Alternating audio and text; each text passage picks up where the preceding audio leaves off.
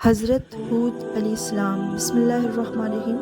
اللہ تعالیٰ صرف ان لوگوں کو دنیا کی خلافت اور حکومت دیتا ہے جو اس کے نیک اور فرمانبردار بندے ہوں، انسانوں سے اچھا سلوک کرتے ہوں، ایک اللہ کی عبادت کرتے ہوں۔ لیکن انسانوں میں ایک بڑی خرابی یہ ہے کہ وہ جب ذرا آسودہ اور خوشحال ہو جاتے ہیں تو خدا کی ہستی سے ہی انکار کر دیتے ہیں۔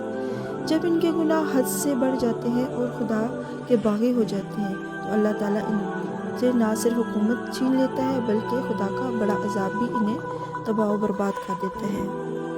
حضرت نوح علیہ السلام کے طوفان کے بعد عاد کی قوم اس وادی میں آباد ہوئی جو مقاف کے نام سے مشہور ہوئی۔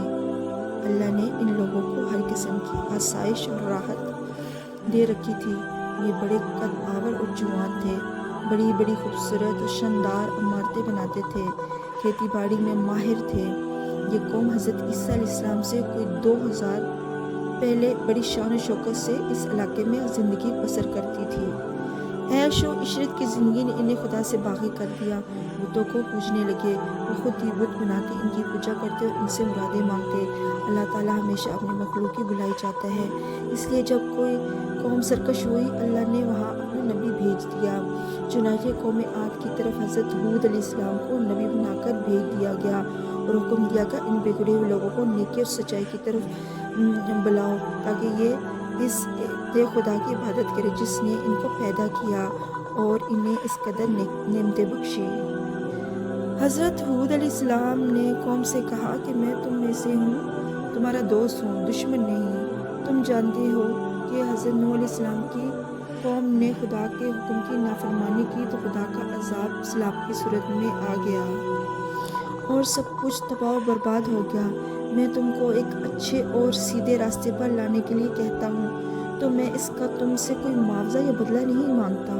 میرا بدلہ تو میرے اللہ کے ہاں ہی ہے۔ برے کاموں سے باز آ جاؤ اور اپنے ہاتھوں سے بنائے ہوئے بتوں کی پوجا نہ کرو۔ عبادت کے لائق صرف ایک خدا ہے، اس کے سامنے جھک جاؤ جس نے اپنی مہربانی سے تم کو مال و دولت اور قوت و طاقت دی۔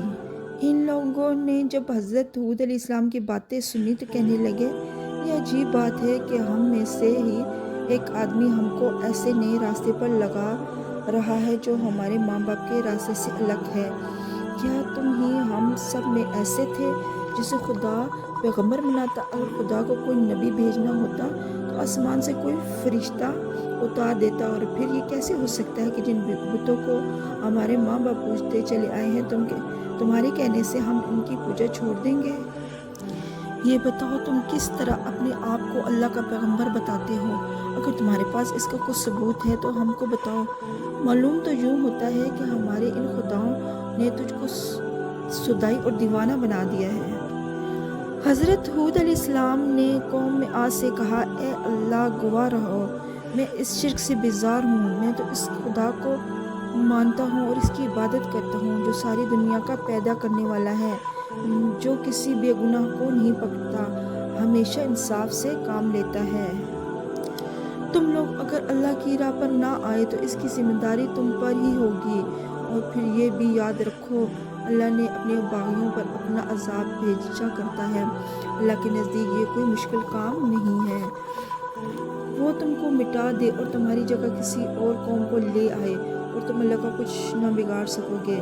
حضرت ہود علیہ السلام کی روز روز کی ایسی باتیں سن کر یہ لوگ بڑے ناخوش ہوئے اور آپس میں صلاح مشورہ کرنے لگے۔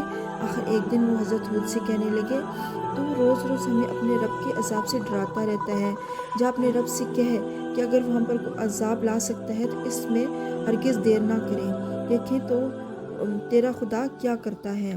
جو لوگ حضرت ہود علیہ السلام پر ایمان لائے ہوئے تھے وہ کمزور اور غریب تھے، کافر ان کو بھی پریشان اور تنگ کیا کرتے تھے اور ہود علیہ السلام کا مذاق بھی اڑایا کرتے تھے۔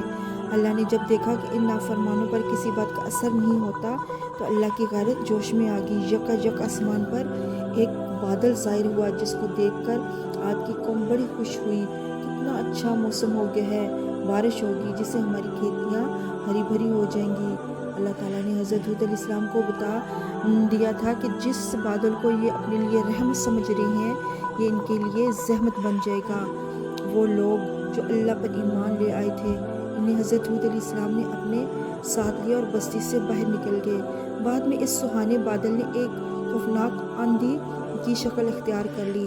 یہ آندھی برابر ایک ہفتے تک ایک ہی رفتار سے چلتی رہی۔ یہ آندھی نہیں، اللہ کا عذاب تھا جس نے قوم عاد کو موت کی نیند سلا دیا، اور اس طرح یہ بدبخت قوم اللہ کے عذاب اور غضب کا شکار ہو کر اس دنیا سے نیست و نابود ہو گئی۔ ایک مرتبہ نبی کریم صلی اللہ علیہ وسلم اسلامی فوج کے ساتھ اس برباد شدہ بستی پر سے گزرے تو آپ نے اپنے تمام ساتھیوں کو حکم دیا کہ یہاں کوئی نہ ٹھہرے، جس قدر جلد ہو سکے یہاں سے نکل جانا چاہیے۔ یہ وہ جگہ ہے جہاں اللہ تعالیٰ نے قوم عاد پر اپنا عذاب نازل فرمایا تھا۔